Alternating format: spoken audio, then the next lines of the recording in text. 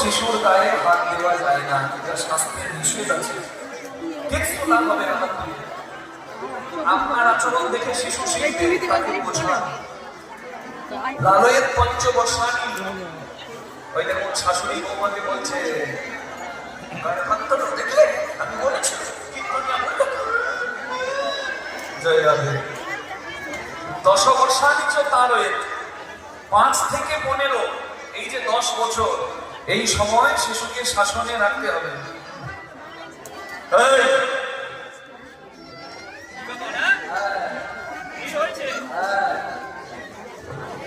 না বাবা তোমাকে বকি নাই, মানে এভাবে আর কি বকতে হবে। 5 থেকে 15 এই যে শাসন। প্রাপ্তি 16 বর্ষে, আর যেই 16 বছর হলো সন্তানের সঙ্গে বন্ধুত্ব করো। এই বন্ধুত্ব করো বলতে বাবা বিড়ি ফোকে, ছেলে 16 বছর হলে ছেলেকে বিড়ি ফুঁকতে তা না, অপরাধ মার্জনা করবেন।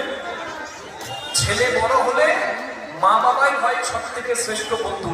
মানে কি, ছেলে যদি কোনো বিপদে পড়ে, কারণ দিনকাল তো ভালো নয়, ছেলে যদি কোনো বিপদে পড়ে যেন নির্দ্বিধায় এসে বিপদের কথাটা মা বাবাকে জানাতে পারে। এই বন্ধুত্ব।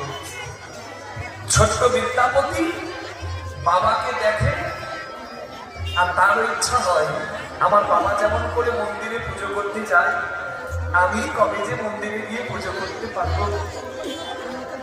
একদিন বাবাকে বলছে, বাবা তুমি একা একা যাও পুজো করতে, তুমি আমাকেও নিয়ে যেতে পারো, আমিও তোমার মতো পুজো করা শিখবো। তুই বুঝবি কিছু? বারে বুঝিয়ে বুঝিয়ে বললে কেন বুঝবো না? আচ্ছা বেশ চল। হ্যাঁ,